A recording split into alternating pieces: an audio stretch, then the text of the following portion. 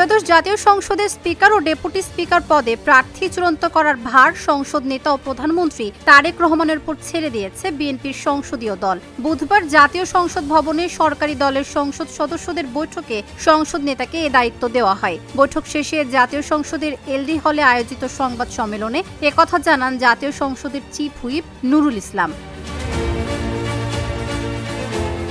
12 March বেলা 11টায় শুরু হবে ত্রয়োদশ জাতীয় সংসদের অধিবেশন। বৈঠকের শুরুতে স্পিকার ও ডেপুটি স্পিকার পদে নির্বাচন হবে। বৃহস্পতিবার স্পিকারের চেয়ার খালি রেখে অধিবেশনের কার্যক্রম শুরু হবে। শুরুতে একজন পবিত্র কোরআন তিলাওয়াত করবেন। এরপর সংসদ নেতা এই সভায় সভাপতিত্ব করার জন্য কোনো একজন জ্যেষ্ঠ নেতার নাম প্রস্তাব করবেন।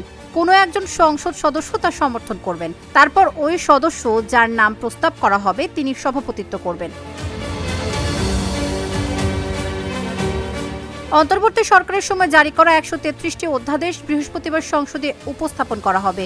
এগুলো যাচাই বাছাই করার জন্য বৈঠকে একটি বিশেষ কমিটি গঠন করা হবে। সে কমিটিতে সরকারি দলের পাশাপাশি বিরোধী দলের সদস্যরাও থাকবেন।